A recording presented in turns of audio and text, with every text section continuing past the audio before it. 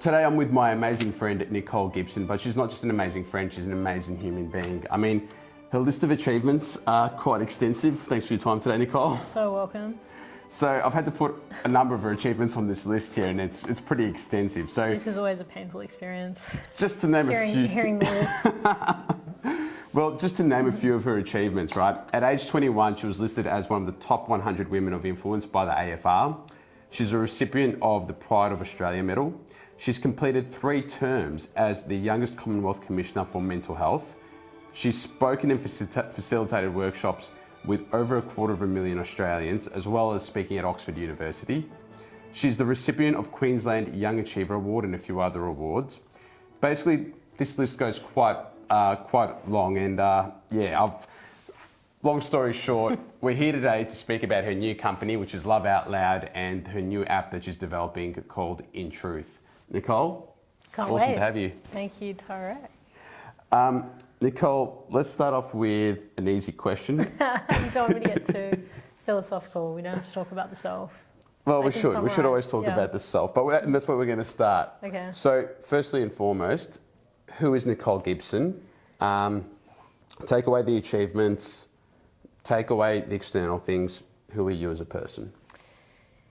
I mean, for me, it's really it comes back to that exploration. For me, is a spiritual exploration. No, it's and I really do think that all of us are going to get there eventually on our journey, where we start to realize that the identities that we are so attached to and feel often so charged about protecting and defending and growing in the material world, we can't actually take that with us. And that's always something I've been quite present to from a very young age. So yeah, for me, it's the spirit, I think, is the closest place of truth, you know.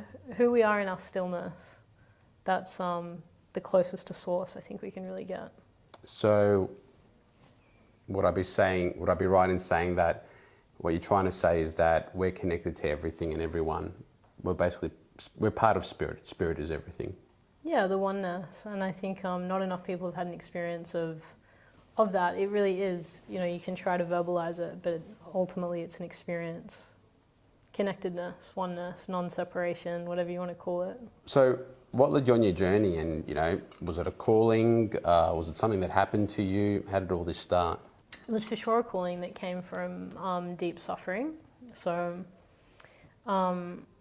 I mean, to rewind, I was definitely always a very sensitive kid, but there wasn't really a recognition of that sensitivity. And I think, like a lot of people that are maybe slightly out of the box, are different, or sensitive to a world that wasn't ultimately really made for sensitive people, I didn't really have the, I guess, support to understand how to manage those sensitivities, and that manifested as a lot of self-criticism, but in the form of, you know, super high achiever, really wanting to be, really always striving for excellence and feeling like there was excellence within me, but not really knowing how to love myself in the imperfection, which eventually, 10 schools later, I went to a lot of schools between here and the UK.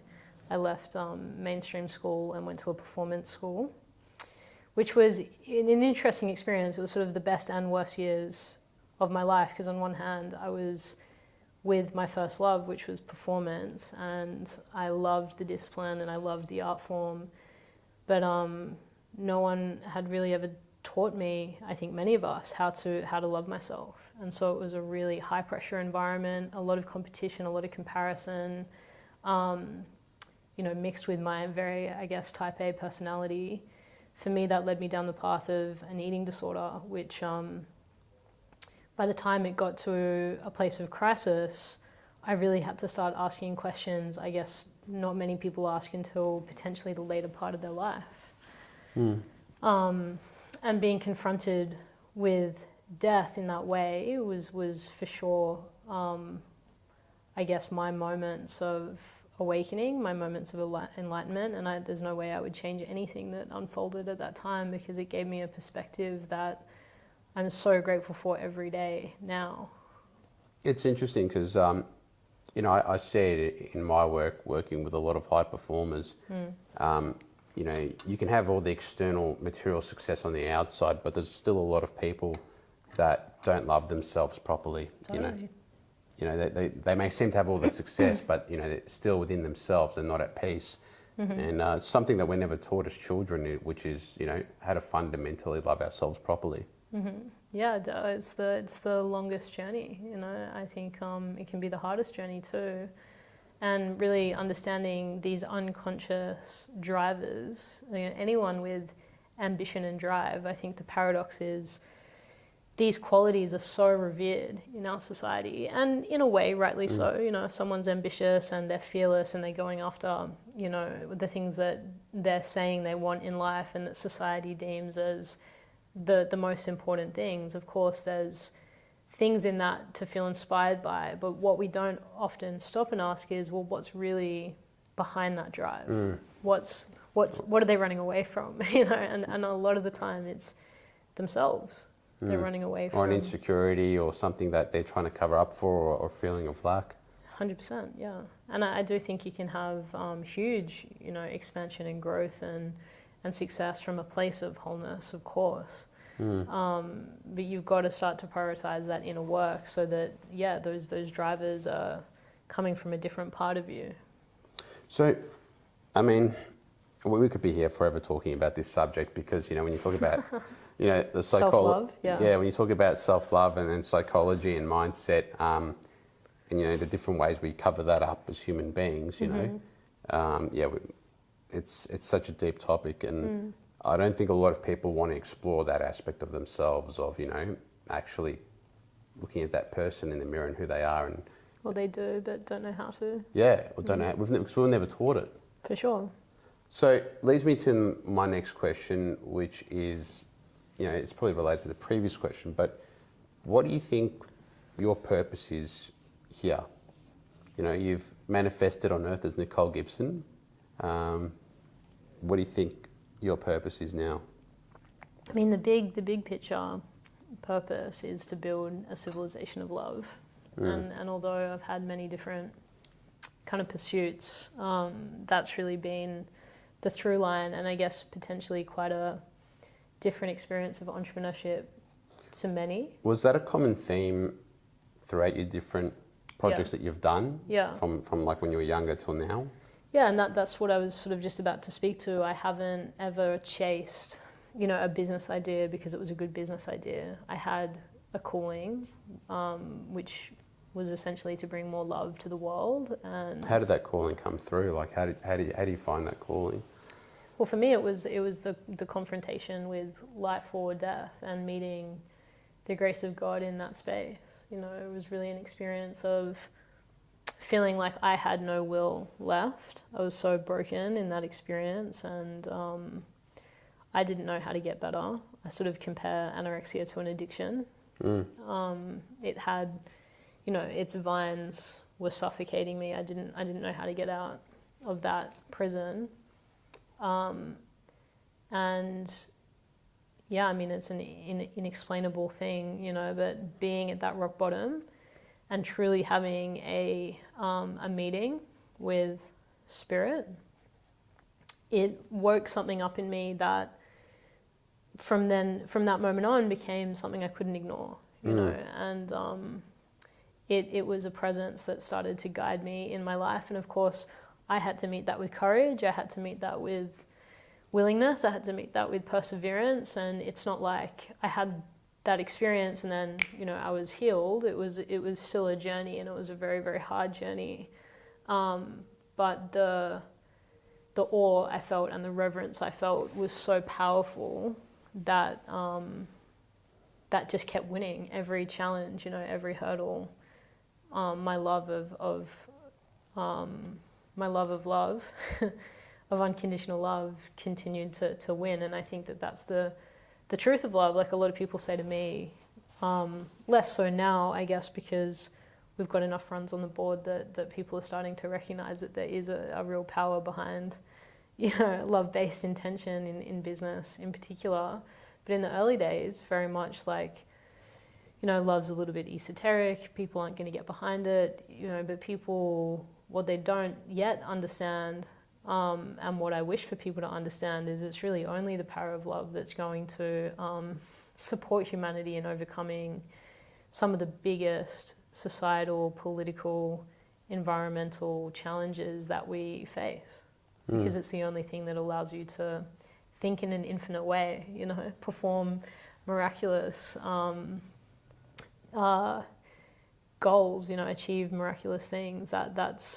It's the frequency of love, and that is measurable, and it's a lot more tangible than I think the world's previously understood. I don't think people realise that love within itself, carries a certain energy, and people, whether they want to consciously admit it or not, they're picking up on other people's energy around them. I mean, there's a reason you like certain people, and the reason you don't like certain people, and there's a reason, 100%. you can buy this one product from one person, but not from another person. Yeah.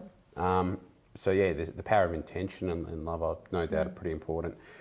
You've mentioned God, so obviously you're a believer in God. Do you think God has had an important part in guiding the shape of your life and what you're doing?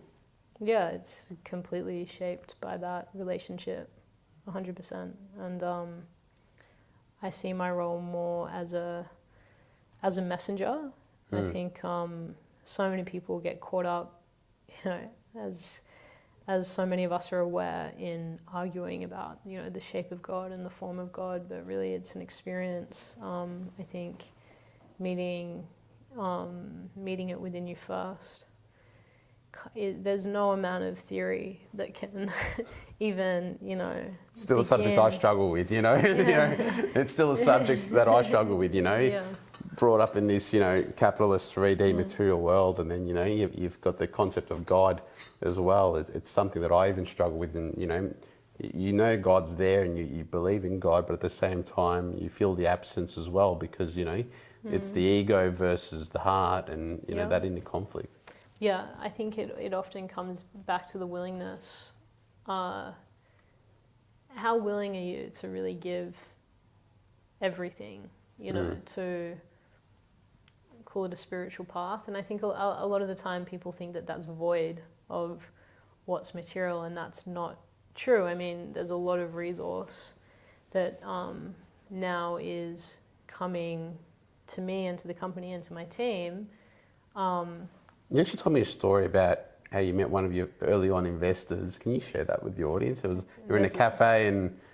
Yeah, I mean, that's a potential investor for this round, but even the lead investor in our first round is a pretty amazing story. And I mean, my journey's been filled with stories like this, and this is, a testament to something much bigger than me that's working through me.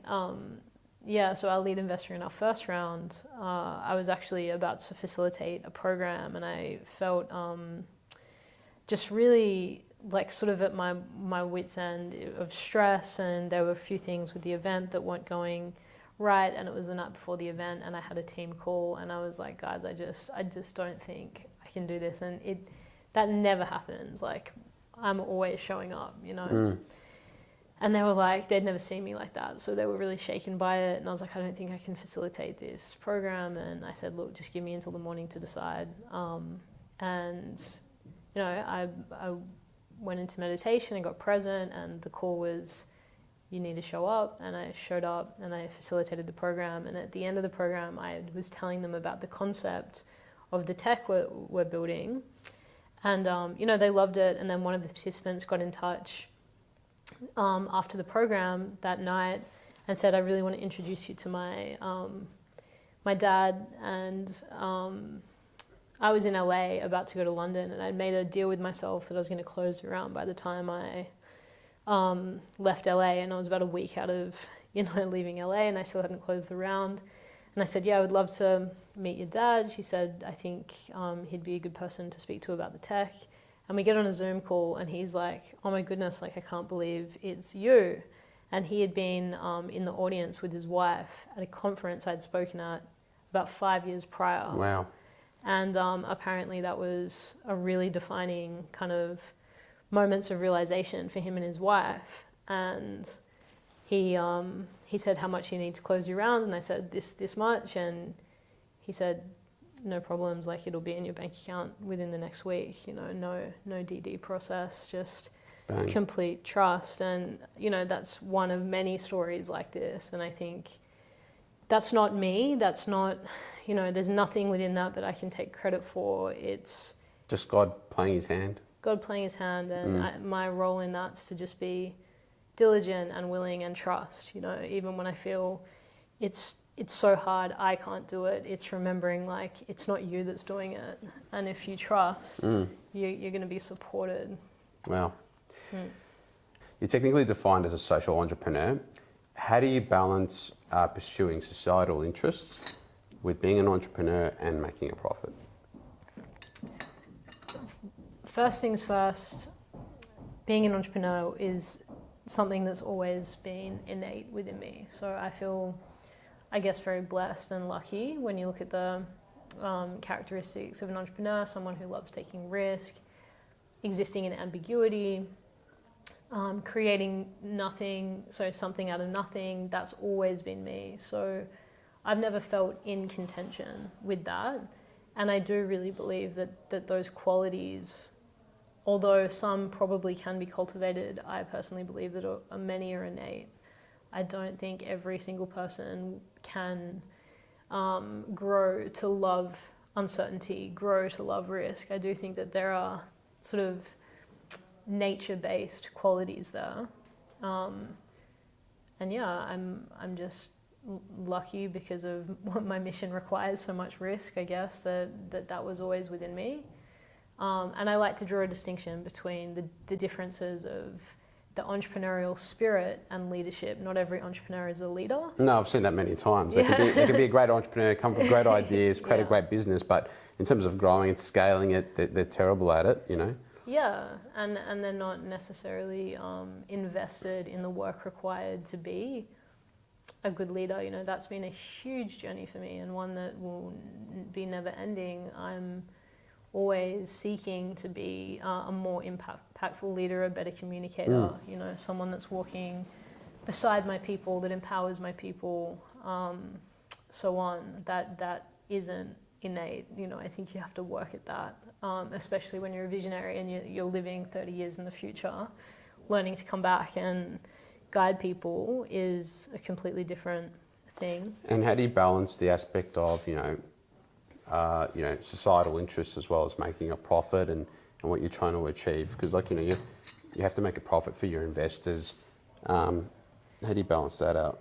I think if there's integrity in your intention and in the way that you're being, all of these, I guess, what people might see as points of contention are not actually contentious. Yeah, I think it's really important. Something I was trying to illustrate from today's interview is that, you know, you can have good intentions, good causes for humanity and still make a profit. A lot of people... You need to. Yeah.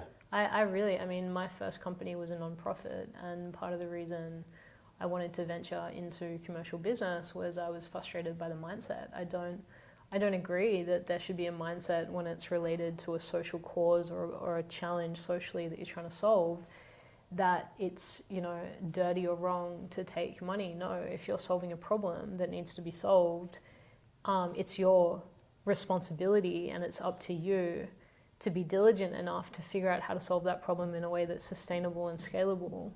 100%. I see it in a very different way. Yeah, no, as do I.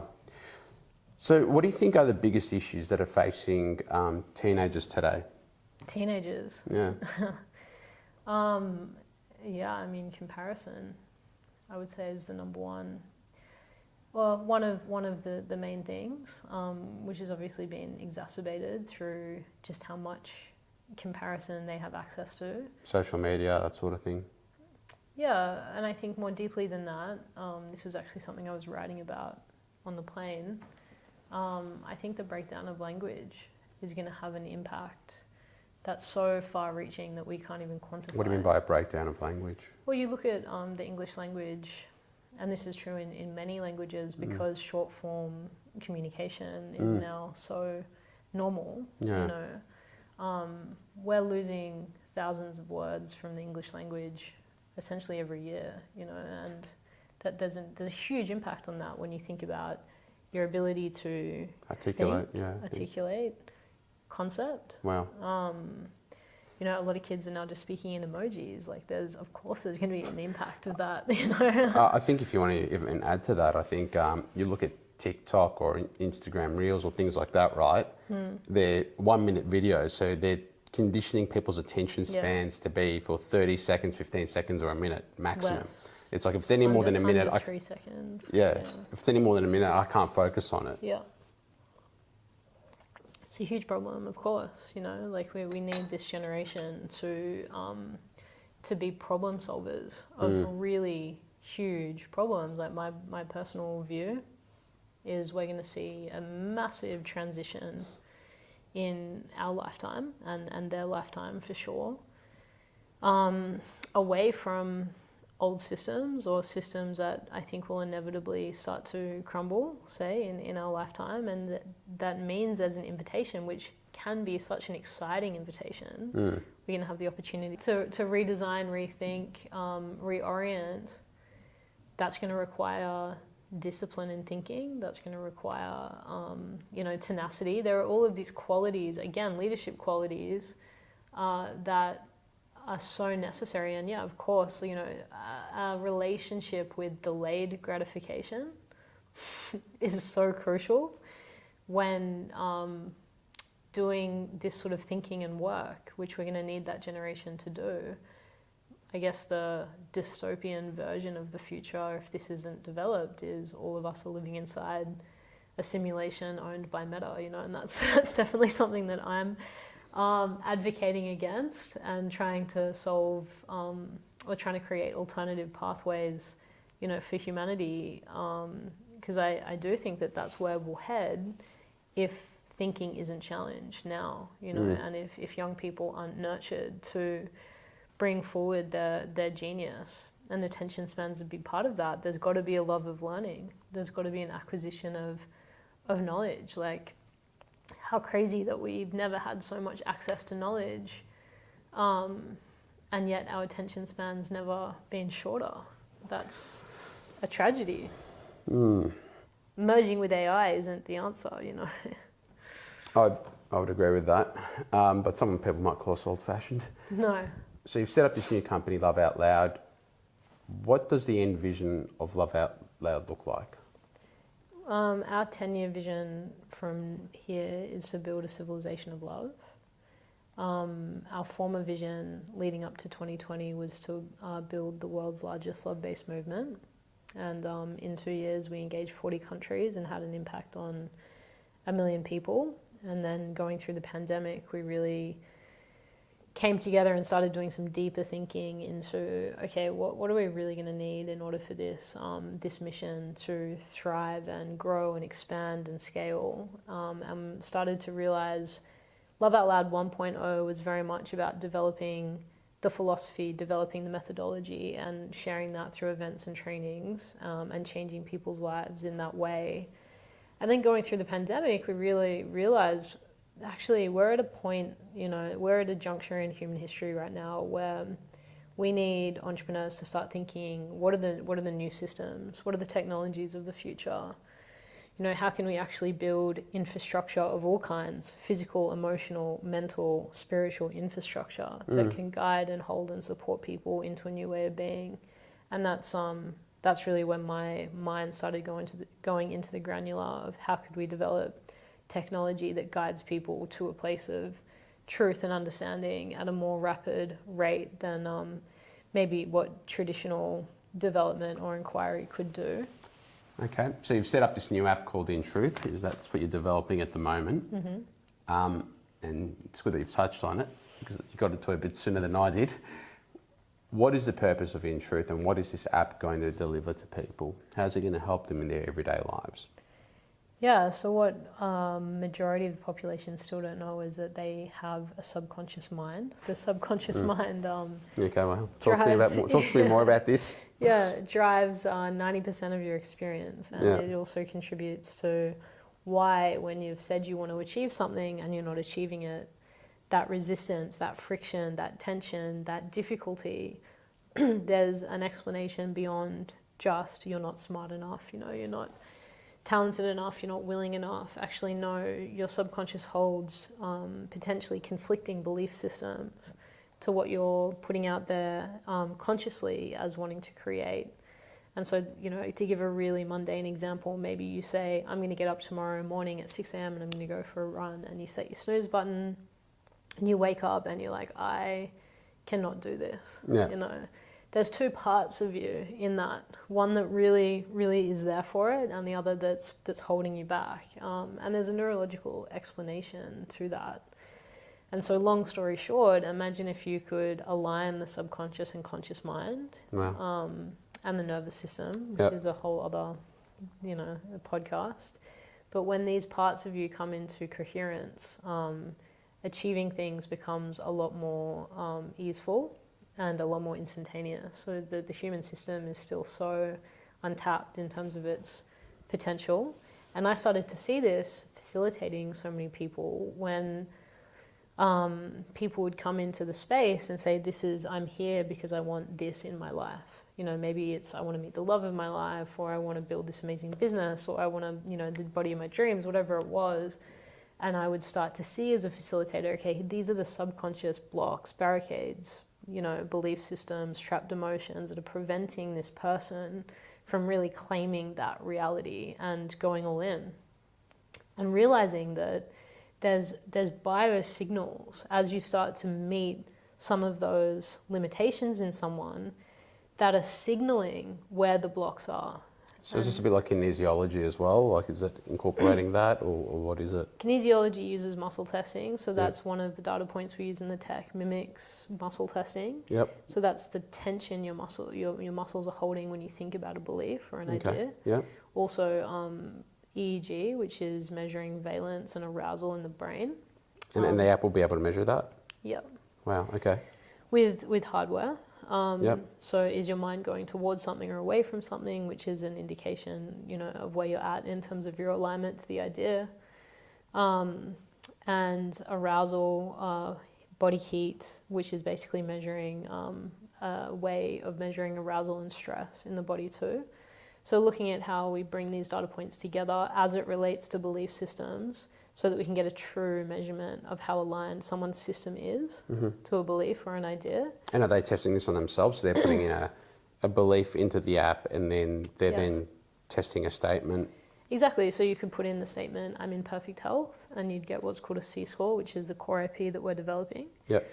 And that's out of 100%. So it might say 17%, and then take you on a journey of actually being able to accurately identify where the blocks are, really? And what they are, and then clear them. So, and what's the clearing process going to be like? How will that work? The clearing process, the body's always signaling whether something is aligned or not aligned. So through inquiry and question asking, the body and the mind are giving feedback to the user until they're able to accurately locate what those limiting belief systems are, for instance. Obviously, with the support of algorithms over time, that will become a far more exponential process. In the beginning, it will be slightly manual. But the good thing about technology is that it's fast learning and has the ability to become more and more instantaneous. So what excites me about what we're developing is in the macro, and this might be really out there for some of your viewers, but those who believe in human consciousness and the power of human consciousness to create reality. Imagine, for instance, and God forbid this, I hope this never happens, but as an example, a nuclear war is announced, and we could send a push notification to 500 million people and ask, would you like to align to the belief, I live in a peaceful world? Instantaneously align critical mass of individuals to that belief and actually eliminate the probability of that timeline from human consciousness. So looking at how we can use belief systems and the projection of consciousness to, actually start to mobilize and shift humanity's future in hopefully only positive ways. Wow. Yeah. Fuck. I actually, I actually read something about this, and I think it was like they all did a meditation all at the same time around the world, and I think they measured some type of frequency around the world, and it slowed down. Human resonance. Human resonance, yeah. Yeah, nice. And so I see where you're going with this. So in summary, what I'm hearing is that In Truth is going to help people to conquer their own blockages and to basically help them become the best version of themselves. Would that be accurate? Yeah, that's accurate. Reprogramming belief systems, identifying belief systems. I guess the core thing to understand there is belief systems really are these foundational pillars that shape the way we experience reality. This is going to go really out of centre, Please, right? Please. I firmly believe growing up that we were conditioned as children in a school and education system with a number of limiting beliefs as a way of containing us. And, and when I look at the education system and I reflect on the education system, parts of what I learned at school, I never used in my career. And then parts of it I felt that, we could have done schooling instead of 12 years, we probably could have done it in 8. But there's also lots of conditions. Like if you don't meet this test result in you don't have an A plus in mathematics or an A plus in physics or an A plus here, you're deemed not to be good enough. So you're already being conditioned from a child that if you don't meet those conditions, then you're not deemed worthy, And that's how I kind of feel the education system's kind of raised us up as children, and then people go out into the world as adults, and they've got these conditions of programming in them, which then in turn limits their ability to do other things in life. Yeah, whether or not it is intentional, I think is less relevant to the fact that it's definitely real, and I can I can vouch for that. Just having worked with so many people, and I don't think I've met a single person ever that doesn't have limiting belief systems that they're battling with every day. And imagine if we grew an entire generation that just didn't have those beliefs. They genuinely believed they were enough, they were safe, they belonged, they were lovable, they were loving, that they could, and that they lived in a beautiful, peaceful world. We're so, I think we've become so jaded and cynical at the idea that we could build a more peaceful, altruistic planet. But our planet and our experience of the planet is defined by the choices that we're all making every day, which is driven from, these beliefs. And if you believe that humanity is selfish, if you believe that you've got to watch your back and, you've got to cut corners in order to make it, and, money is the only thing that's going to make you happy, all these belief systems, or that you're not good enough, you're not worthy, so you're trying to compensate or take, from people all the time to compensate for that inadequacy. It's these belief systems that are driving these really toxic behaviors, which create this culturescape. It all comes back to belief systems. But never before have we had a way, and this is what Love Out Loud's now trying to tackle, I think, is one of the biggest challenges that I don't know, I can conceptualize. Like in my former work, it was always, I kept coming back to this obsession I had with the question, how do you truly inspire human behavior to be different? It's the hardest challenge, and I guess the refining of that thinking over years and years and years has eventually led me to an idea that I actually do think has the clout to be able to do that at scale. What's your perspective on failure, and how do you approach failure in a business as an entrepreneur? I think for me, failure is I only define failure by quitting. Everything that's not quitting is just a learning. I don't consider it a failure. Of course, you can feel, recovering perfectionist, so I know it all too well. If something doesn't line up to your expectation of self, there can be a feeling of failure, but it's really about cultivating enough inner strength that you don't define that as a failure, but you train yourself at least for me in my journey, I've trained myself to look at it as a learning pathway. If something hasn't eventuated, I didn't get the result I wanted, to go into it rather than resist it, like, oh, I failed, I'm not worthy, blah, blah, blah. No, it's like there was a reason. And actually in my journey with this, I've recognized that if you're not actualizing something that you're saying you want, my belief now, or my experience now, is that is 100% related to an absence of alignment and integrity to the thing that you're saying you want. If you are in total alignment to what it is you're saying you want, you will, it will come. It might not come in the timing that you want, but it will come. And so if something implodes or doesn't work, now my process is to look at that and be like, okay, well, what was it about where was I not impeccable? Where was my integrity off? And it then becomes a gift, because it can teach you and it humbles you. And I think that's really important too. Like, my biggest failures, so hard at the time. With failure, it's really an opportunity to inquire. And if you've failed in really tremendous ways, and I have at multiple junctures in my journey, I look back now though, and I realize that nothing else could have taught me to that same depth, and you've got to, it's not easy, but you've got to come to a place of gratitude. Otherwise the journey will discourage you too much. Do you take failure personally? Yes, but I sort of have my view is kind of radical self-responsibility. So I can't change what I'm not responsible for. So if I didn't make it personal, then how would I ever change, the outcome? Even when it doesn't seem like it was, and there's always going to be a reason. I think this is a part of maturing as a leader as well. There's always going to be a reason you can come up with as to why something didn't work. But I think until you're willing to cop it, and you're willing to be big enough to be like, okay, there was something in me that created that outcome, and being responsible for that allows you to then change it, overcome it. And this goes back to Love Out Loud, right? You're currently doing a capital raise for Love Out Loud. It's a $45 million valuation that you're doing it at? Post, yeah. Post. Is this going to be a business that gets listed, or is it going to stay private?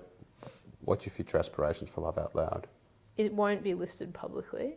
That's not the future of this company, just mostly because the data that we're capturing is so sensitive. That really is a very deep consideration in how we grow and evolve. I do see a very strong potential of it being tokenized or turned into more of a DAO structure, which allows the community to own the platform. And part of, without disclosing too much, the bigger sort of vision that we're working towards is more so the development of a metaphysical nation, which you'll be able to have a citizenship to, a passport to, have its own economy, and it will sort of exist completely outside. This sounds a bit like meta now, so...